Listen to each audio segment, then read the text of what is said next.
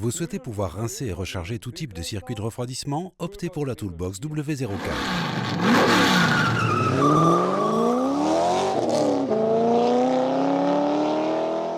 Pourquoi faut-il procéder au rinçage du circuit de refroidissement? Cette opération est prescrite par les constructeurs et doit être réalisée à chaque fois que des composants sont remplacés dans le circuit.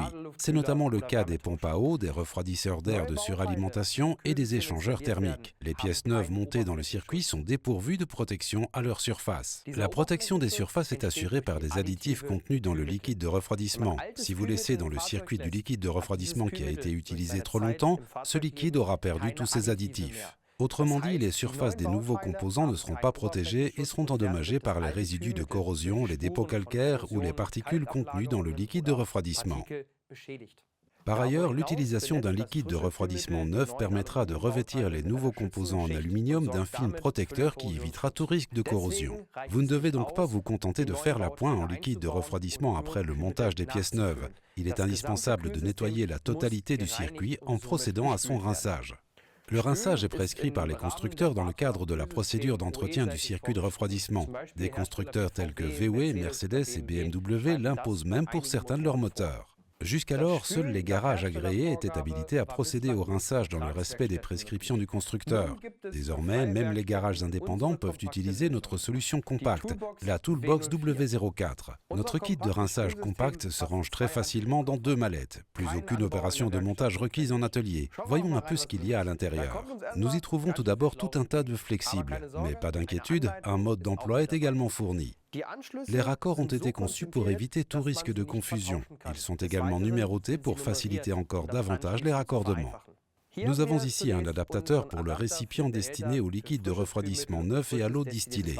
Nous avons également un adaptateur pour le récipient de liquide de refroidissement usagé. Vous disposez très certainement de récipients appropriés dans votre atelier. Ils ne sont pas inclus dans le kit. Ici, nous avent la buse Venturi avec son flexible, 2 flexibles à obturation avec des colliers de serrage et un adaptateur de nettoyage. Ce coffret contient également le bloc des valves muni d'un manomètre et le hublot de contrôle des liquides. Maintenant, jetons un œil à la deuxième mallette.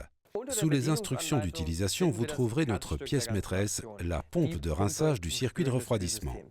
On voit parfaitement bien ici que les raccords sont très différents les uns des autres. Impossible de les confondre. Ce coffret contient également 4 pinces pour pincer les durites du circuit de refroidissement, ainsi que le câble de raccordement pour la batterie 12 volts.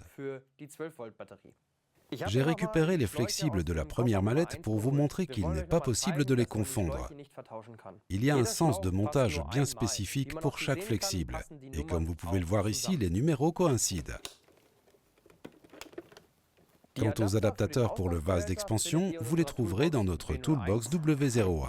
Comme un grand nombre de garages disposent déjà de cette Toolbox, nous ne les avons pas intégrés dans la Toolbox W04. Ainsi, ils n'auront pas besoin de les racheter une seconde fois. Cette Toolbox est conçue pour un usage universel et peut être utilisée pour le rinçage du circuit des modèles plus anciens. Dans une autre de nos vidéos, vous pourrez voir comment procéder concrètement au rinçage du circuit d'une Golf 7. Tout est clair pour vous? À la prochaine fois dans votre atelier.